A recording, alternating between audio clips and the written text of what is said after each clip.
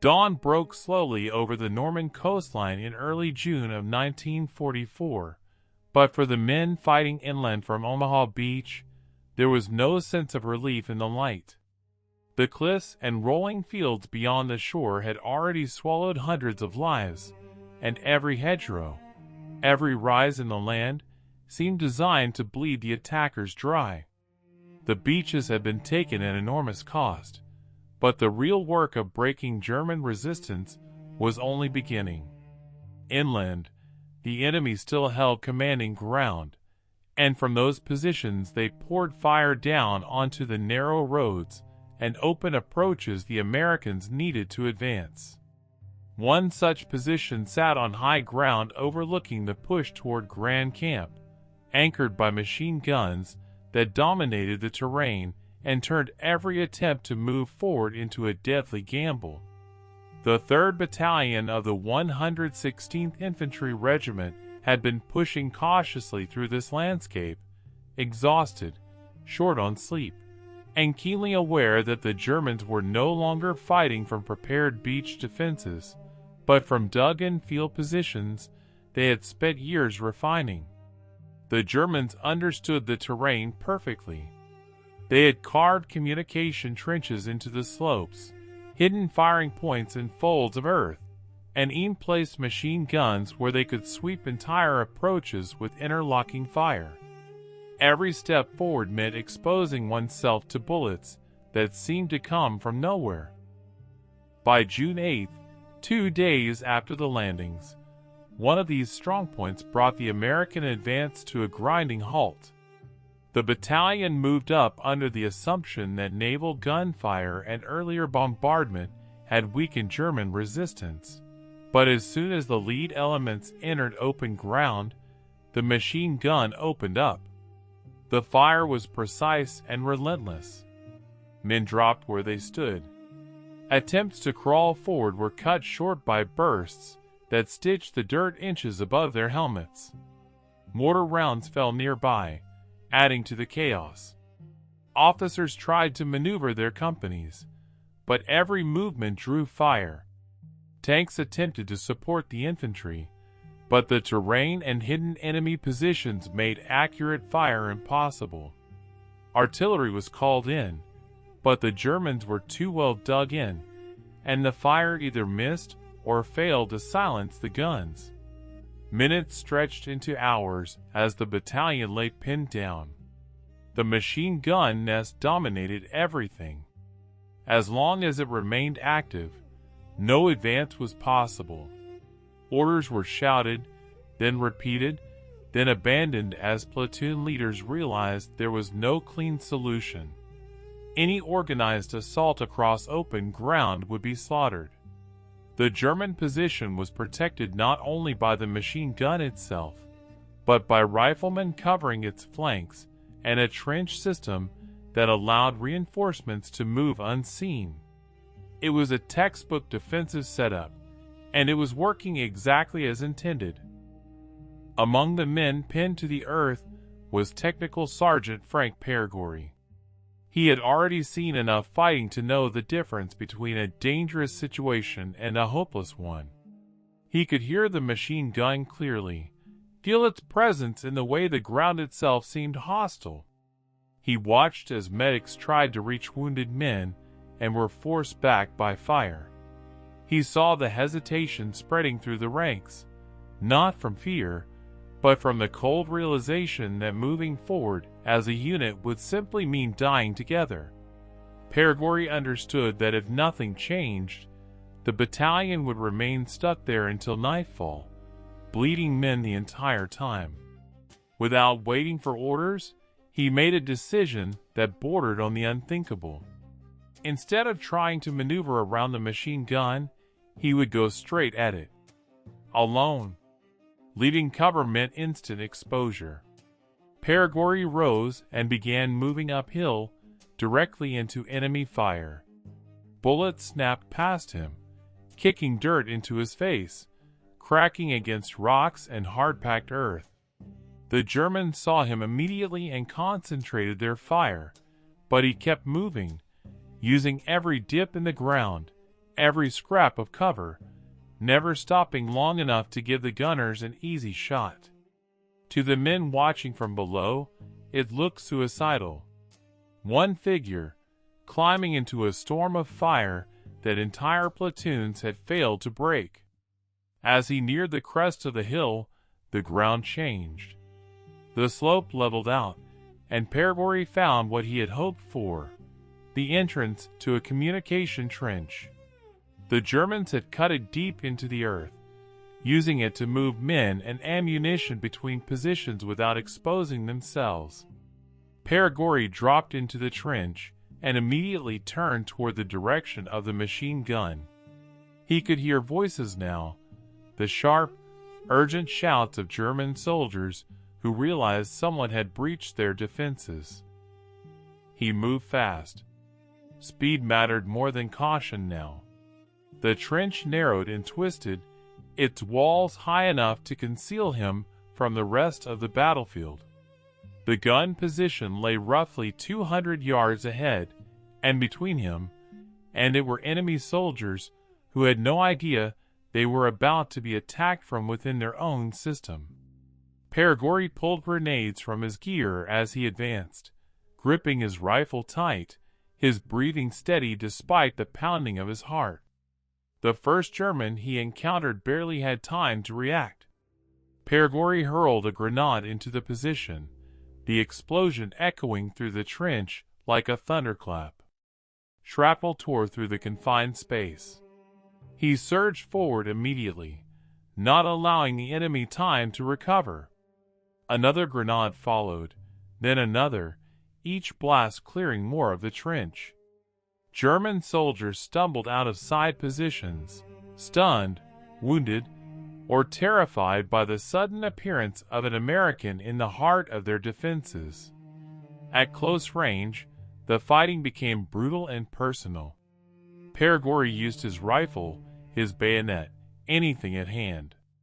The confined trench gave him no room to retreat, and he did not try. One by one, the Germans fell or threw down their weapons. 8 were killed in the initial assault, cut down before they could mount any organized resistance. Others, shocked by the ferocity and speed of the attack, surrendered outright. The machine gun that had pinned an entire battalion fell silent. From below, the effect was immediate. The sudden absence of fire was almost disorienting. Men who had been pressed into the dirt for hours cautiously lifted their heads, expecting the gun to resume at any moment. When it did not, they began to move. Officers shouted orders. The battalion surged forward, taking ground that had been completely inaccessible minutes before. But Pergori was not finished. Inside the trench, the silence that followed the explosions felt almost unreal. Smoke hung in the air, mixing with the sharp smell of cordite and disturbed earth. Pergori barely paused to take it in. He knew that the destruction of one position rarely meant the end of resistance. German defenses were layered by design, and the trench he now stood in was not a dead end, but a living artery of the enemy's system. Somewhere ahead and to the sides, more soldiers were regrouping, trying to understand what had just happened. Shouts echoed down the trench, confused and urgent. Boots scraped against dirt as German riflemen rushed toward the disturbance, expecting to reinforce the machine gun nest, not realizing it had already been destroyed. Pergori moved toward the sound without hesitation. His attack had thrown the defenders off balance, and momentum was now his greatest weapon. He advanced aggressively, weapon raised, grenades ready, appearing suddenly out of the smoke and shadows before the Germans could organize themselves. The first group he encountered hesitated just long enough for the situation to collapse. Seeing an American standing inside their trench, alone and advancing, shattered their confidence. Some raised rifles, others froze, and a few simply dropped their weapons. Perigori shouted commands, his voice firm and absolute, projecting the authority of a force much larger than one man. The illusion worked. One by one, the Germans complied, hands raised, faces pale with shock. He pressed on, herding prisoners behind him, never turning his back for long. Every corner of the trench could conceal another threat. Each step forward was a gamble, but retreat was not an option. He moved deeper into the position, toward where the machine gun crews supporting riflemen were believed to be stationed. These men had been feeding ammunition, watching flanks, and ensuring that no assault could reach the main gun from the sides. Now they found themselves facing an assault from inside their own defenses. More Germans appeared ahead, weapons half raised, caught between instinct and disbelief. Perigori did not slow down. He advanced straight at them, rifle leveled, grenades visible in his hands. The psychological impact was overwhelming. One soldier shouted for others to surrender. Another dropped flat in the trench, hands over his head. Within moments, the resistance crumbled entirely. 32 German riflemen were compelled to surrender, as Perigori moved methodically through the trench network, clearing position after position without support. By the time he reached the end of the trench system, the entire strongpoint had collapsed. What had been a deadly, immovable obstacle to an American battalion was now silent, its defenders either dead or marching back under guard. Perigori finally allowed himself to pause, breathing hard, adrenaline still surging. He had not set out to capture dozens of enemy soldiers. His goal had been simple: silence the gun that was killing his comrades. Everything beyond that had unfolded in a blur of instinct and relentless aggression. Behind him, the battlefield had transformed. With the machine gun nest neutralized, American units poured forward across ground that had been impossible to cross just minutes earlier. The German defensive line began to unravel, as supporting positions realized their flank had been compromised. The hill that had dominated the area was secured, and the advance toward Grand Camp resumed. Men who had watched Perigori disappear into enemy fire now stared in disbelief as German prisoners emerged from the trench, guarded by American troops. Word of what had happened spread quickly through the battalion.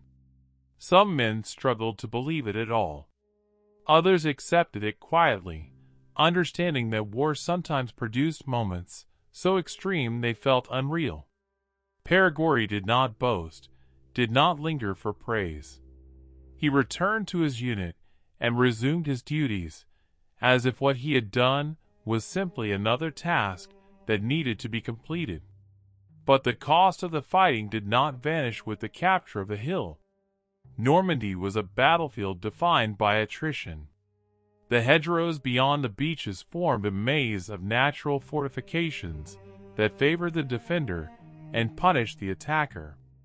Every field was bordered by thick earth banks topped with dense vegetation, turning farmland into a series of interconnected bunkers.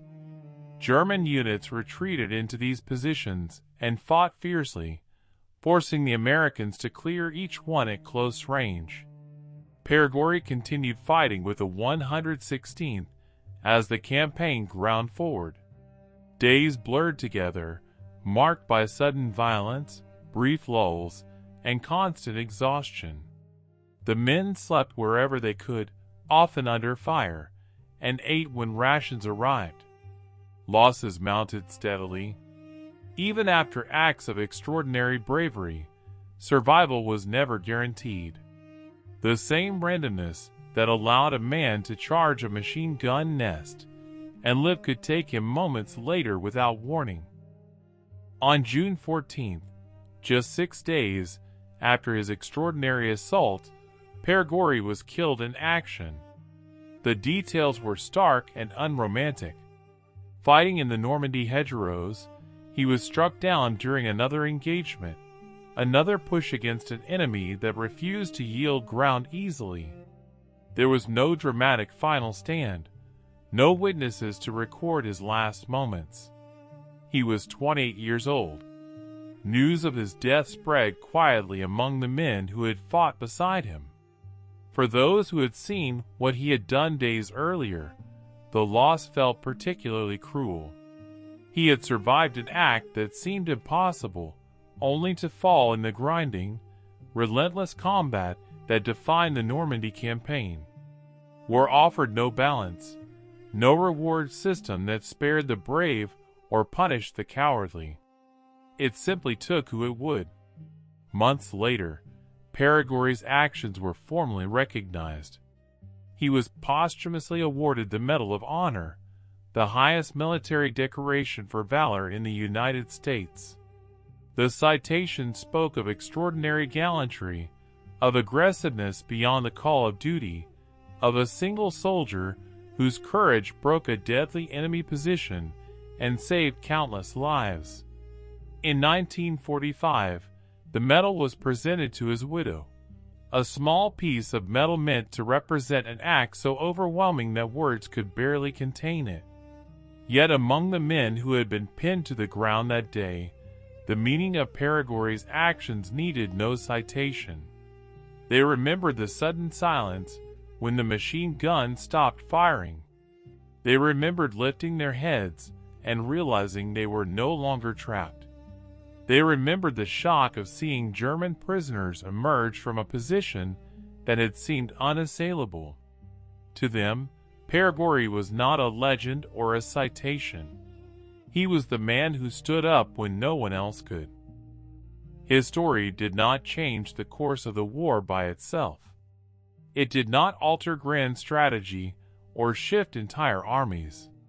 But it did something just as vital. It broke a moment of paralysis, turned fear into movement, and allowed men to live who would otherwise have died in that field. In a war defined by mass forces and industrial power, it was a reminder that individual action still mattered. And for a brief, violent stretch of time on a Norman hillside, one man carried an entire battalion forward on his shoulders. In the days that followed the capture of the high ground, the reality of Normandy set in fully. The initial shock of the landings had faded, replaced by the grinding, methodical violence that defined the campaign inland. Every mile forward was contested. The Germans, though shaken by the landings, were far from defeated. They had fallen back into positions they understood intimately, fighting from hedgerows, sunken lanes, and village ruins that turned the countryside into a lethal maze. The hill Périgord had cleared was no isolated obstacle. It was part of a defensive web designed to slow, bleed, and exhaust the Allied advance. American units moved cautiously now, aware that every patch of ground might conceal another machine gun, another mortar team, another ambush waiting for careless movement.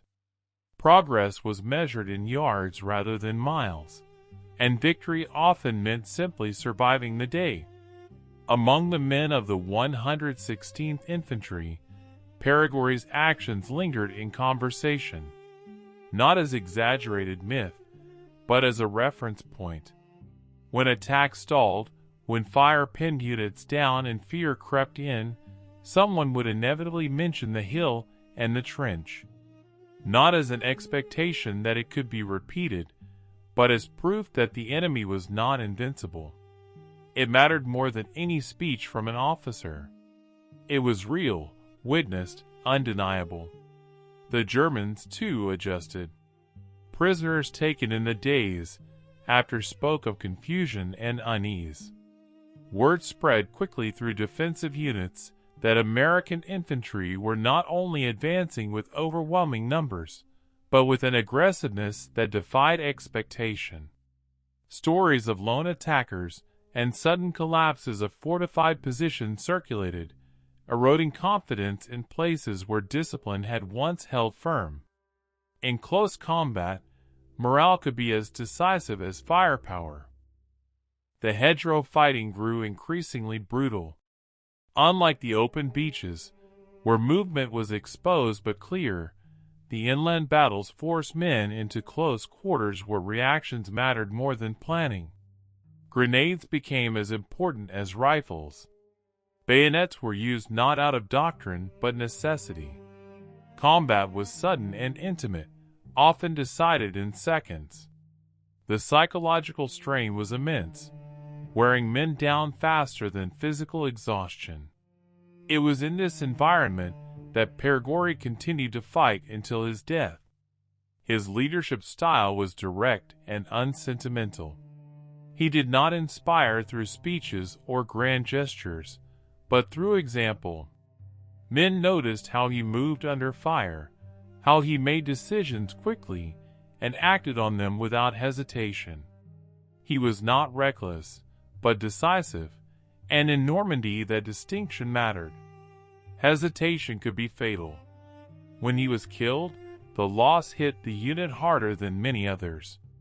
By that point, death was common, but some losses carried more weight than others. Perigord had become a symbol, not officially, but informally. He represented the idea that courage could break deadlocks, that aggression could save lives rather than cost them. Losing him felt like losing a shield. The battlefield did not pause for grief. The campaign pressed on relentlessly. American forces continued to push toward St. Lo, encountering stiff resistance at every turn. Tanks struggled in the narrow lanes. Artillery reshaped villages into rubble. Air support helped, but often the fighting came down to infantry clearing ground one position at a time. Normandy was not won in sweeping maneuvers, but through attrition paid for in blood. Behind the lines, reports filtered upward. Accounts of Perigord's actions were gathered, corroborated, and forwarded. Witnesses were interviewed, commanders submitted statements, and the event was reconstructed piece by piece. The process was slow, bureaucratic, and deliberately cautious. The Medal of Honor was not awarded lightly. Each claim was scrutinized to ensure that the story matched reality. What emerged was not a single dramatic charge frozen in time, but a sequence of decisions made under extreme pressure. Perigord had acted without orders, had advanced alone into a fortified position, had neutralized it through violence and shock, and had captured dozens of enemy soldiers. The evidence was overwhelming. His actions met every standard required, and then some. Yet even as his citation took shape, the war moved far beyond the hill. Normandy broke open after weeks of fighting. American forces surged forward once German defenses finally collapsed under pressure from all sides. Paris was liberated. The front rolled eastward. New battles replaced old ones, and new heroes emerged in different places. For those who survived Normandy, memories of Perigord remained personal rather than official. Some men carried the story with them through France, Belgium, and into Germany. Others spoke of it only after the war, when distance allowed them to process what they had seen. For a few, it was something they rarely mentioned at all, a reminder of how close they had come to dying. The Medal of Honor ceremony in 1945 was solemn and restrained. Perigord was not there to receive it. His widow stood in his place, accepting the medal on his behalf. The words spoken praised extraordinary gallantry and devotion to duty, but no ceremony could replace the life that had been lost. Like so many awards given posthumously, it was both recognition and reminder, honoring sacrifice while underscoring its cost. Over time, Perigord's story became part of the larger narrative of Normandy. not as widely known as the assault on Pointe du Hoc or the landing at Omaha Beach, but no less significant to those who understood the details. It illustrated a truth that military historians often emphasize, but rarely capture emotionally. Wars are decided by systems, but lived by individuals. His assault did not rely on superior weapons or overwhelming numbers.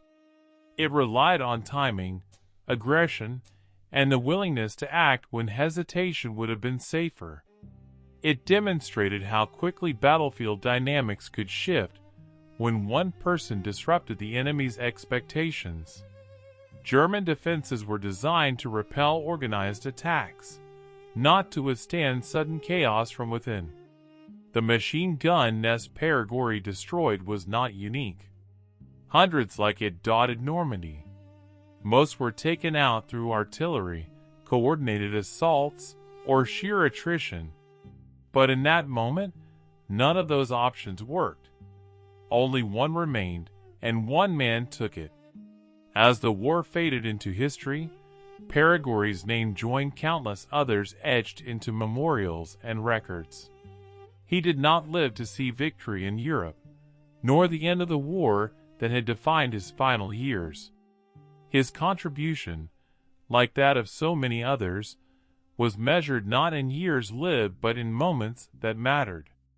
And in the chaos of Normandy, amid the noise, fear, and uncertainty, one of those moments belonged entirely to him.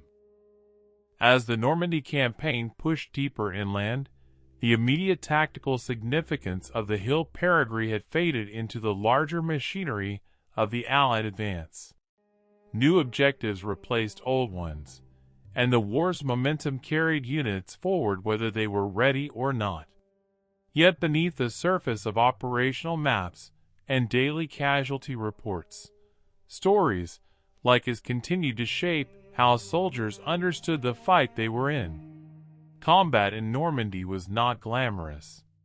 It was exhausting, confusing, and often terrifying in ways that defied explanation. The hedgerows turned every engagement into a surprise encounter. Visibility was limited. Enemy positions were often invisible until they opened fire. The strain on infantry units mounted quickly, and men learned that survival depended as much on instinct as training. In that environment, acts of individual initiative were not just heroic gestures, they were sometimes the only way forward. Perigord's action became a quiet reference point for that reality. Officers cited it when explaining the importance of aggressiveness at the small unit level. Not recklessness, but controlled violence applied at the right moment. His story circulated not because it was officially promoted, but because it resonated with men who recognized how easily his decision could have gone the other way. He could have waited. He could have pulled back. He could have asked for more support. Instead, he moved forward alone. The German soldiers who surrendered that day were later questioned by Allied intelligence. Some spoke openly about their shock. They had expected artillery or a coordinated infantry push, not a single attacker bursting into their trench system. Their confusion bought him precious seconds, and in close combat, seconds could decide everything. Surprise, fear, and the breakdown of cohesion mattered as much as bullets. This aspect of the story is often overlooked in simplified retellings. Perigord did not defeat the enemy because he was superhuman.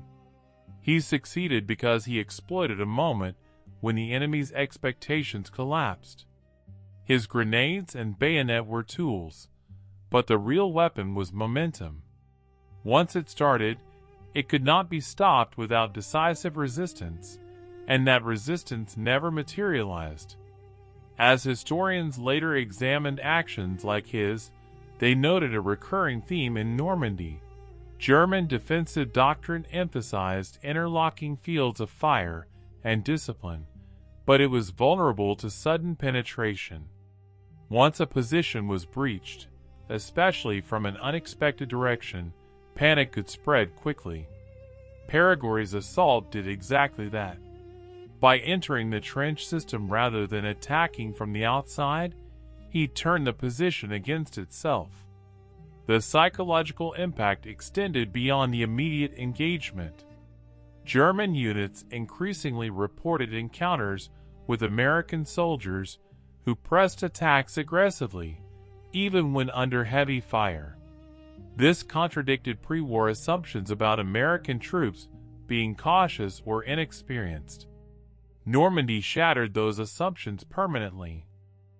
Within the U.S. Army, the lessons were also absorbed. Infantry doctrine evolved rapidly during the campaign, shaped by real-world experience rather than manuals. Small unit leaders were encouraged to take initiative when opportunities arose. Paraguay's actions were cited informally as an example of how battlefield decisions could override rigid planning when circumstances demanded it. Meanwhile, his family at home remained largely unaware of the details. News traveled slowly and selectively. They knew he was serving in Europe. They knew the war was dangerous. They did not know the specific moment when his life would later become part of military history. Like millions of families, they lived with uncertainty, waiting for letters that arrived irregularly, hoping for news that never came. When word of his death eventually reached them, it came without context. A notification, a date, a location. No description of heroism, no mention of the hill or the trench or the men he saved. That information followed much later, after the war's end, after reports were compiled and decisions made. The Medal of Honor citation attempted to capture the essence of his actions in formal language. Phrases like extraordinary gallantry and conspicuous intrepidity were used, as they always were. Yet those words struggled to convey the reality of the moment, the noise, the fear, the isolation, the violence compressed into a handful of minutes that would define his legacy. In the years following the war, Paraguay's story appeared in unit histories and official records. It did not dominate popular culture. It did not inspire a blockbuster film or a widely read novel. Instead, it remained where many of the most authentic war stories reside, in the margins, known primarily to historians, veterans, and those willing to look beyond the most famous names. That obscurity does not diminish its significance. In fact, it reinforces a deeper truth about warfare.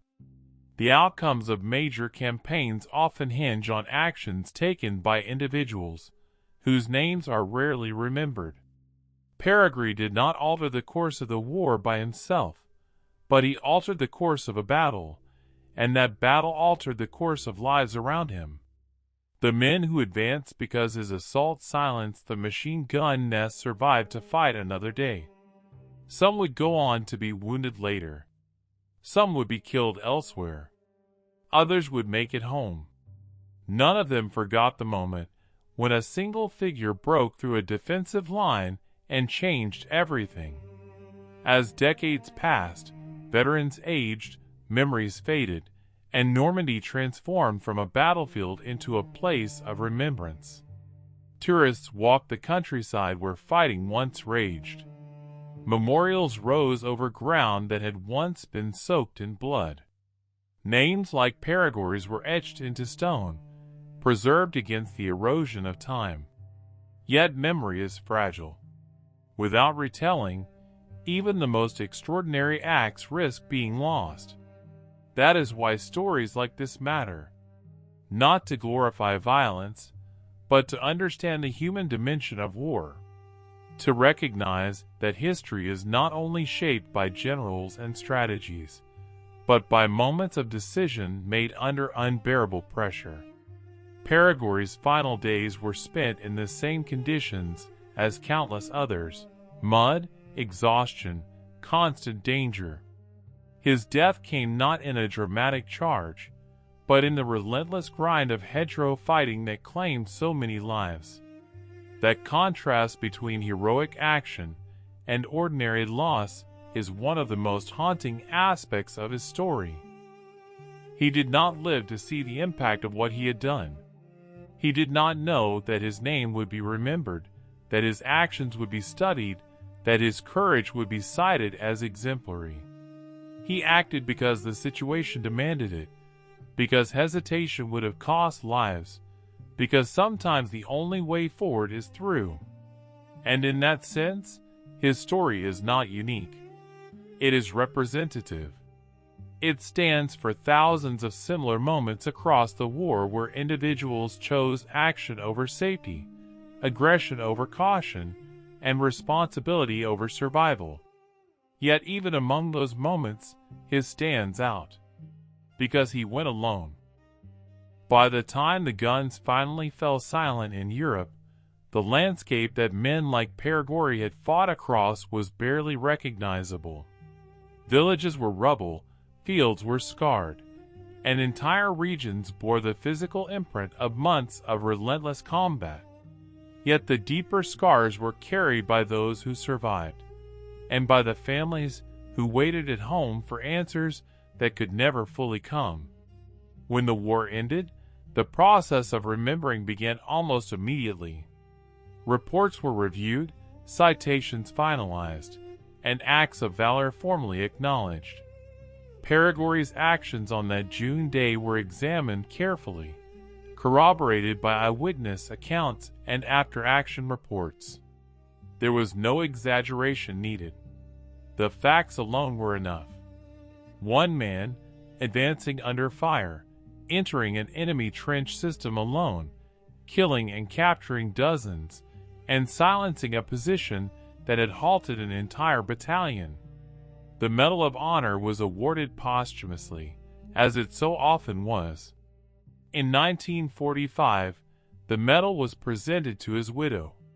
For her, it was both a recognition and a reminder. The weight of the medal could never equal the weight of the loss. It represented pride, but also permanence. The war was over, but her husband was not coming home. For the army, the citation became part of the institutional memory of Normandy. It was studied at infantry schools, referenced in discussions of small unit leadership, and cited as an example of initiative under fire. Not because it was common, but because it was rare. Because it showed what could happen when a single individual refused to accept stalemate. Yet outside military circles, Perigord's name faded quickly. History often remembers wars through sweeping narratives. D-Day, the Battle of the Bulge, the liberation of Paris. Individual actions are absorbed into the larger story, their edges softened by time. His did not fit neatly into a single iconic image. There was no famous photograph, no dramatic film scene. Just testimony, records, and the quiet respect of those who knew. This is how many of the war's most extraordinary acts survive. Fragmented, understated, preserved mostly through deliberate effort. Without retelling, they risk disappearing entirely. The irony is that his story represents the very kind of courage people often imagine when they think of World War II. Not flashy heroics, but brutal, decisive action taken at enormous personal risk. No speech, no hesitation, no backup. Just a calculation made in the space of seconds, followed by irreversible commitment. In the decades after the war, Normandy became a place of pilgrimage. Veterans returned to walk the ground where they had once fought. Younger generations followed, seeking to understand what had happened there. Some stood atop cliffs, others traced hedgerow lines, imagining the fear and chaos that once dominated the landscape. Few knew the specific locations of actions like Perigord's, but they stood on land shaped by men like him. When historians talk about turning points, they often refer to movements of armies or shifts in strategy. But for the men on the ground, turning points were far more personal. They happened when a machine gun stopped firing, when a trench fell silent, when an advance finally moved forward instead of stalling again. For the battalion he helped unblock, that day was a turning point. The attack resumed. Momentum was restored. Lives were saved, not just in that moment, but in the cascading effects that followed. Positions taken earlier reduced exposure later. Time gained meant less resistance elsewhere. These are the quiet arithmetic of war, rarely visible but always decisive. His death, 6 days later, underscores another hard truth. Heroism does not grant immunity. Courage does not bend bullets away. The battlefield does not distinguish between those who have already done enough and those who have not yet begun. Normandy claimed men relentlessly, regardless of past deeds. That reality adds a somber weight to his story. He did everything asked of him, more than was ever required, and still fell in the same mud and hedgerows as thousands of others. There was no dramatic final stand, no last words recorded. Just another casualty report added to a growing list. And yet, his impact endured. In the years since, his name has appeared on memorials, in archives, and in the quiet moments when soldiers study examples of leadership under fire. His story has been told and retold, not because it is comfortable, but because it is honest. It does not offer easy lessons or clean endings. It shows the cost of initiative as clearly as its necessity. Today, when modern soldiers train, they are taught that small unit decisions matter. That leadership can come from action, not rank. That the moment may demand more than orders allow. Those lessons are not abstract. They are drawn from cases like his, from blood-stained ground where theory met reality. For civilians, his story serves a different purpose. It strips away romantic notions of war and replaces them with something more sobering. It reminds us that victory is built from countless individual sacrifices, many of them unseen. That freedom was not won only by famous generals or massive invasions, but by individuals who stepped forward when no one else could. He did not seek recognition. He did not know he would be remembered. He acted because the situation left no other choice. In doing so, he became exactly what history would later call him, a hero.